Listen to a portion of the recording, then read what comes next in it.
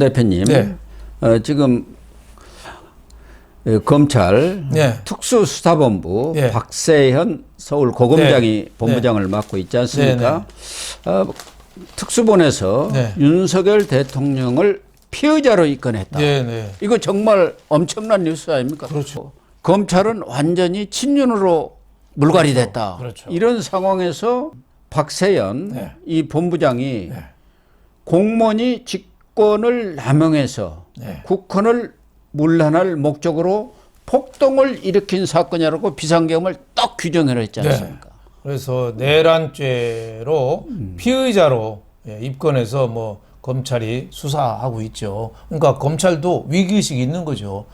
특수부 출신 대통령이 윤석열이잖아요. 예. 검찰 선배잖아요. 예. 여태까지는 제대로 수사 못한다고 김건희 여사 뭐 여러 가지 도이치모터스 사건이나 못한다고 비난을 받았는데 이 검찰 대통령 수사까지 제대로 못하면은 검찰이 설 자리가 있겠어요? 없죠. 검수완박에 의해서 아마 검찰은 기능이 완전히 무력화되고 중대수사청이나 뭐 야당에서 주장하는 거 이런 정도로 되면서 검찰은 이 형해화될 가능성이 많으니까 예. 검찰이 지금 굉장히 급했죠. 아, 그래서 그렇군요. 좀 치고 나가는데 또 하나 검찰의 약점이 있습니다.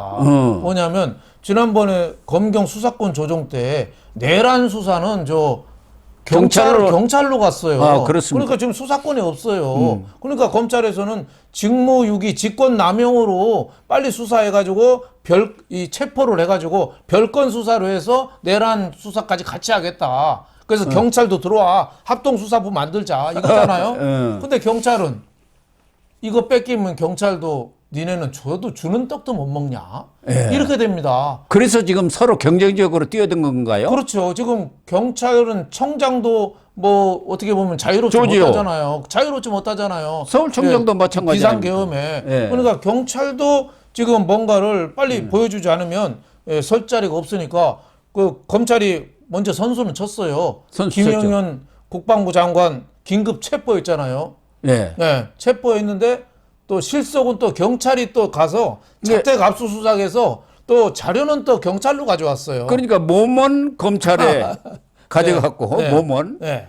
물증은 경찰이 가져가 본 꼴이 그렇죠. 됐네요. 네. 물증은. 그렇죠. 그러니까 자택, 네. 사무실, 공관까지 다 압수를 했죠. 그렇죠. 다 했죠. 네, 국방부 장관에 대해서 사무실 한 거는 처음이죠. 네, 그렇죠. 또 여기서 공수처도 또 내란 수사가 없어요. 하지만은 경찰과 검찰이 하는 거를 넘겨받을 수는 있어요. 넘겨라. 이첩해라. 그렇죠. 그러니까 개 둘이서 막 뜯어먹으니까 뼈다귀 갖고 일로 내놔 그러는 거예요. 공수처가. 예. 그 수사권 일로 넘겨라. 그래서 지금 검찰, 경찰, 공수처 이게 큰 싸움이 붙었습니다. 그래서 수사 진전보다도 뭔가 하나 보여주시기에 좀 치중하다 보면은 수사가 너무 어떻게 보면 어설프면서 중구난방이 그렇죠. 돼버리는 거 막 아닙니까? 대통령에 대해서 체포 영장도 먼저 아마 하는 쪽이 이긴다고 또 생각할 거예요. 그러다 보니까 수사가 제대로 될 수 있을지 지금 마음이 굉장히 급한 거죠. 그래서 검찰에서 나온 거는 한 달 만에 내란 수사는 끝나겠다.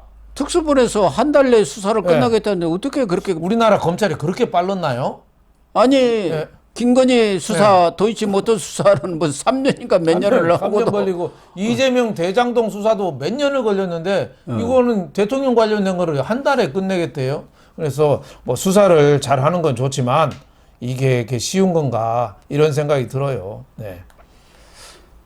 거기다가 또 민주당은 민주당대로 특검을 하겠다는 거 그렇죠. 아닙니까? 특검하겠다는 거죠. 상설 특검은 뭐 민주당이 그건 뭐 법을 안 만들어도 할 수 있어요. 하지만 그런데 뭐 검사도 5명뿐이 안 되고 그렇죠. 뭐 하니까 일반 특검으로 하겠다는 거 아니에요? 그렇죠. 상설 특검을 임명을 또 대통령이 해요. 네. 그러니까 대통령이 지금 직무 배제잖아요. 하라면서요. 근데 할 수가 없어요.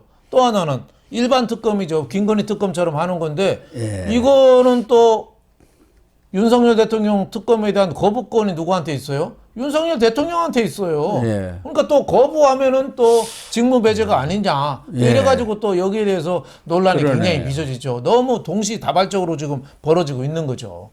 네. 사실 결국은 검찰이든 경찰이든 어떤 수사든 간에 대통령에 대한 수사가 이루어져야만이 네. 수사가 마무리가 되는 것 아니겠습니까? 그렇죠. 예.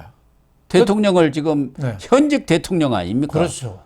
박근혜 전 대통령으로는 또 상황이 다르지 않습니까? 그렇죠. 예. 그때는 할 수 있나요? 탄핵으로 직무 정지도 되고 예. 박근혜 전 대통령이 했는데 지금 윤석열 대통령은 아무것도 아무거 없어요. 예. 내란 혐의가 뭐 있다고는 하는데 이것도 이 재판을 해봐야지 내란이 되는 거예요. 왜? 국무회의도 거치고 정상적인 절차를 거쳤어요. 예. 그래서 여러 가지 논란의 여지가 많다. 그래서 이 검찰, 경찰, 공수처, 뭐 군 검찰까지 뭔가 이 공을 세우려고 먼저 지금 나서고 있거든요. 예를 들면은 그 공수처가 또 김용현 그 전 국방부 장관 압수수색 청구했잖아요. 네. 그 법원에서 기각됐어요. 경찰에서 했는데 벌써 뭐 경찰하고 다 했는데 니네는 왜 또 하냐 같은 거 그러니까 같고. 조정하라 그런 거 아닙니까? 그렇죠. 그래서 저게 굉장히 혼란에 빠지고 자칫 대통령에 대한 혐의 사실도 확정되기 전에 너무 앞서가는 막 보도가 나올 가능성 저는 상당히 있어서 그게 또 여론을 자극할 거에 대해서 좀 걱정이 좀 많이 됩니다. 김영한 전 국방부 네. 장관에 대해서도 지금 검찰에서는 금명간에 네. 구속영장을 네. 청구하겠다고 하는데 그렇죠. 검찰에서는 당신들은 그 내란죄는 수사 권한이 없잖아. 해서 기각해 버릴 수도 있지 않습니까? 그렇죠. 기각될 가능성이 물론 직권 남용 혐의로 그렇죠. 뭐 구속영장은 청구를 하겠지만 네. 구속영장의 직권 남용 가지고는 뭐 좀 약하네 네. 이렇게 얘기할 수도 있잖아요. 빠르면 오늘 중에 구속영장 청구도 될 것 같아요. 그러면 법원에서 내용을 좀 보겠죠. 예. 영장 실질 심사도 하는데 이것 또한 어떻게 될지 예측 좀 불허죠. 그러니까 너무 전대미문의 일이 일어나다 보니까 도대체 어떻게 해야 할지 아무도 아는 사람이 없는 것 같아요. 그렇죠. 검찰, 경찰은 자칫 수사 미진하다면은 너희들은 뭐 했어?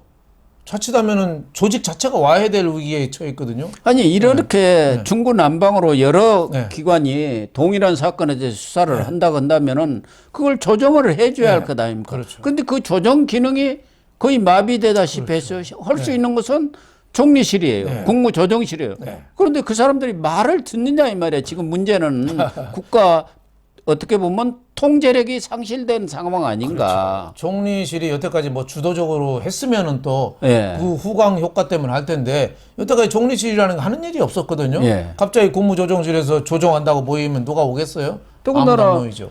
이 검찰하고 경찰 예. 이걸 지휘하는 사람은 궁극적으로 법무장관하고 네.